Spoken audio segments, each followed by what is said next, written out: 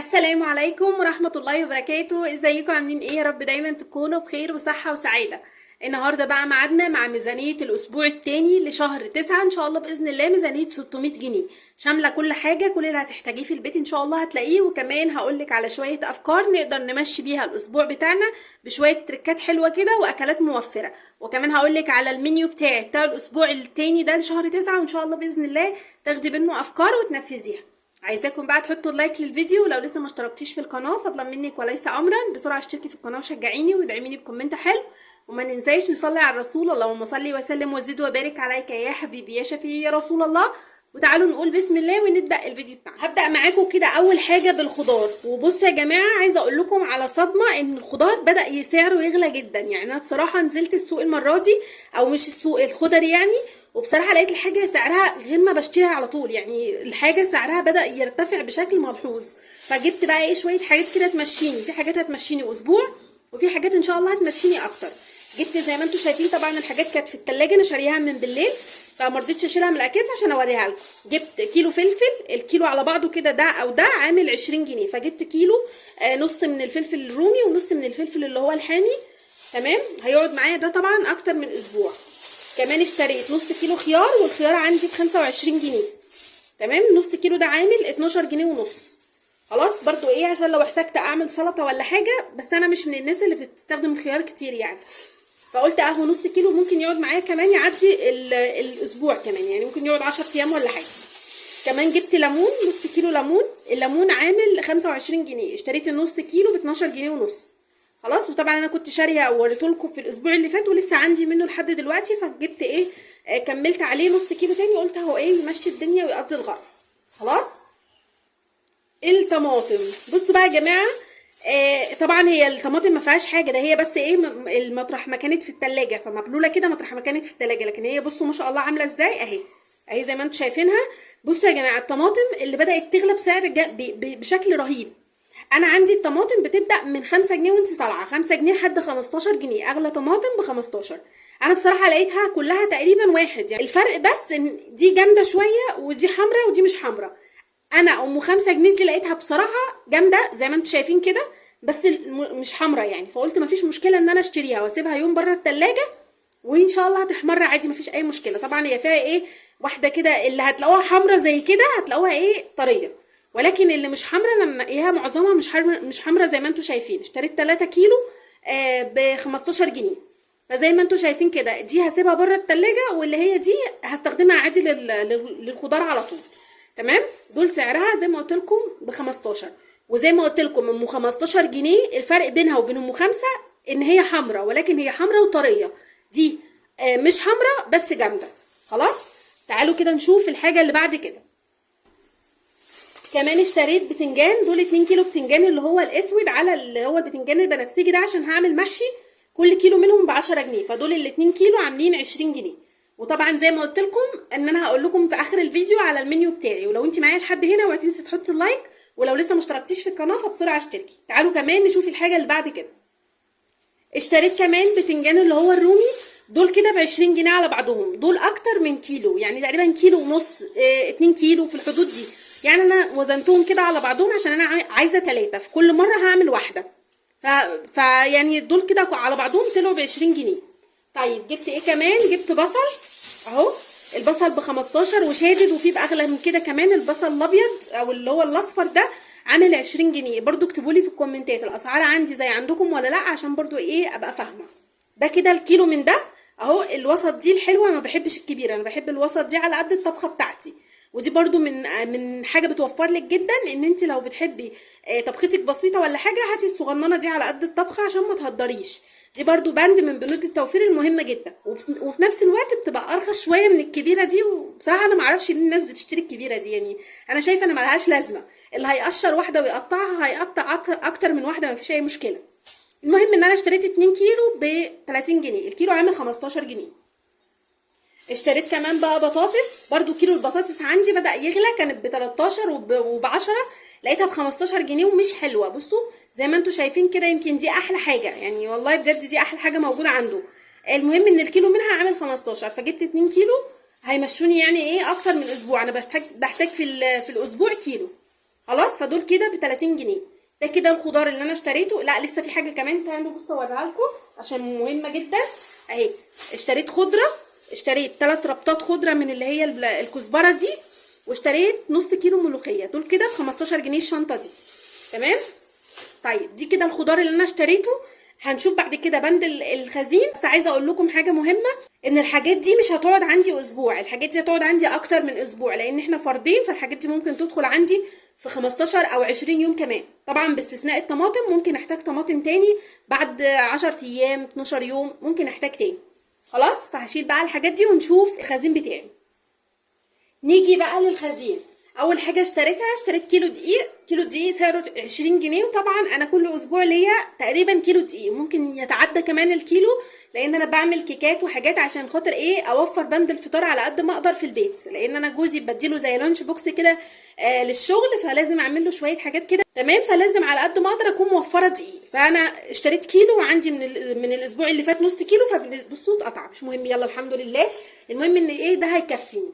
طيب اشتريت كمان نص كيلو مكرونه قلم عشان هعمل مكرونه. انا الاسبوع اللي فات كنت شاريه مكرونه صغيره، الاسبوع ده هعمل مكرونه قلم، وهو برده ايه يعني نوع من انواع التغيير. النص كيلو عامل 10. واشتريت نص كيلو من الشعريه، سعرها برده 10 جنيه، زيها زي المكرونه بالظبط. واشتريت كيلو رز اربع زي ما انتم متعودين، ودي حاجه بتوفر جدا للناس الجديده معايا.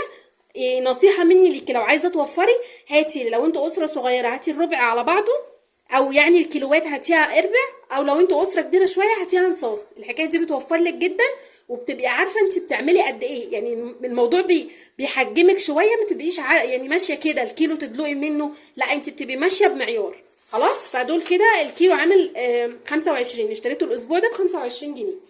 واشتريت كمان بخمسة فلفل بخمسة كمون، 5 شطه، وب10 فلفل اسود. تمام، دي التوابل اللي انا اشتريتها.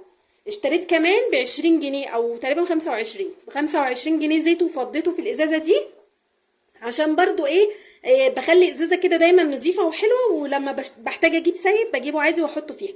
انا ما بستخدمش دهون كتير، طبعا انا كنت شاريه في اول الشهر زيت وسمنه، بس احتجت الاسبوع ده لقيت نفسي اخر الشهر هتعدى الليميت بتاعي، فرحت لاحقه نفسي وجايبه نص كيلو حطيته في الازازه على طول، عشان ما احتاجش اخر الشهر اجيب ازازه كامله. انا هحتاج نص كيلو بس، فهو ده اللي انا جبته تقريبا بسعره 25 جنيه. طيب ده كده بند الخزين بتاعنا. واشتريت كمان ب15 فول ودمسته، وهوريهولكوا دلوقتي. بصوا اهو، ده كده ب15 جنيه فول دمسته، هيقعد معايا الاسبوع. طبعا احنا مش كل يوم بناكل فول، يعني انا لو مشيتها يوم ويوم فول، فبالنسبه لي هيبقى اهو معايا الاسبوع بتاعي فول. خلاص، فطبعا دي حاجه موفره جدا. حاولي على قد ما تقدري ان انت توفري الفول والطعميه، تعمليهم في البيت وتخليهم في التلاجة على السحب على طول على الفطار، بدل ما تنزلي العيل كل يوم يشتري لك ب10 فول وب10 طعميه وما بيكفوش. لا اعمليهم انت في البيت. يعني انا دول ب15 جنيه. تخيلي كده، انت لو هتشتري كل كيس من دول من بره هتشتري بكام؟ الكيس ده هيعمل لك مثلا بره بتاع، والله لا انا بشتري ب10 من بره، بصوا يعني اقل من ده حاجه بسيطه. فانتوا شوفوا بقى هتشتروا، يعني ده ممكن يكون ب15 جنيه من بره، فانا وفرت كتير قوي يا جماعه. انا دول كلهم كده ب15 جنيه. وبرده الطعميه نفس الكلام، بس انا ما بعملش طعميه لاني ما باكلهاش الفتره دي، فما عملتهاش، يعني عملت بدلها قمح البليله. خلاص، ودي برضو حاجه لازم توفروها جدا الفتره اللي جايه عشان الدراسه، تفطروا كده الولاد قبل ما ينزلوا بكوبايه ولا حاجه. هنشيل بقى الحاجات دي ونشوف المنيو ونشوف اللحوم. نيجي بقى للحوم.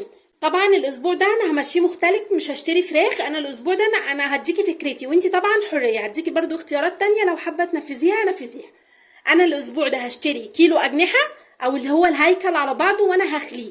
تمام، هو ده الكيلو عامل 45 جنيه. اشتريته اهو وخليته، هيبقى الزور والاجنحه وكله على بعضه، وطبعا الهيكل هعمل منه شوربه. وتمام، واشتريت كمان كيلو من الوراك اهو، او كيلو ونص بالظبط، طلعوا كيلو ونص، وقسمتهم كده، كل ورك قسمته نصين وحطيتهم على كيسين.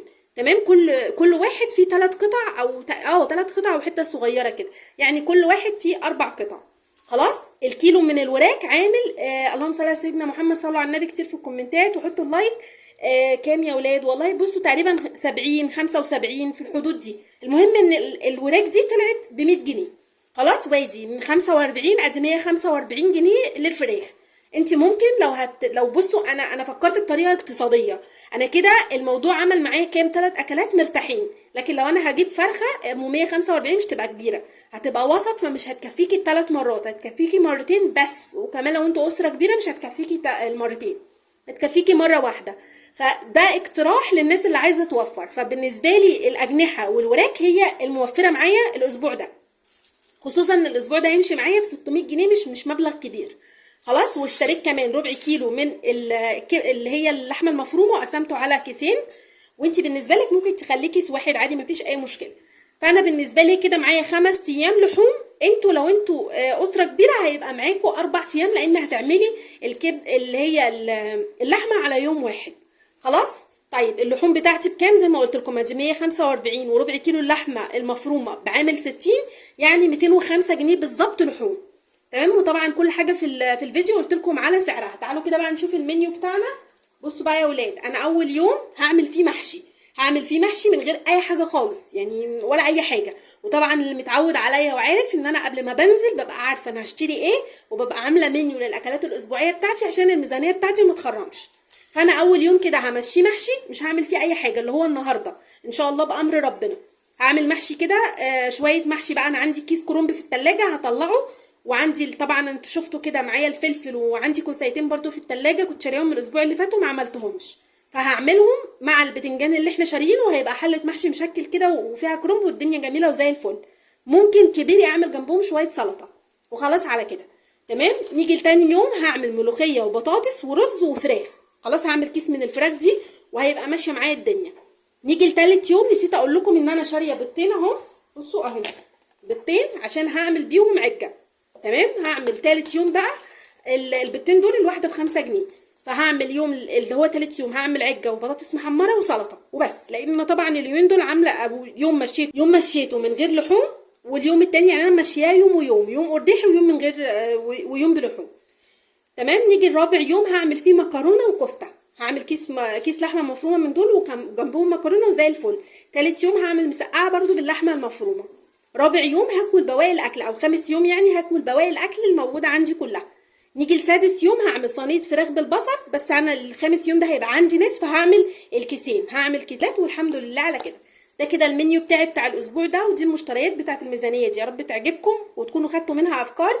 واستنوا ميزانيه ال 450 جنيه مطلوبه، وميزانيه ال 50 جنيه يوميا برضو مطلوبه. ان شاء الله هتنزل لكم كل يوم كده ميزانيه. يا رب تعجبكم الافكار بتاعتي، وان شاء الله تحطوا لايك للفيديو. ولو لسه ما اشتركتيش في القناه بسرعه اشتركي واكتبي لي كومنت حلو. ما ننساش نصلي على النبي في الكومنتات. اشوفكم الفيديو الجاي. السلام عليكم ورحمه الله وبركاته.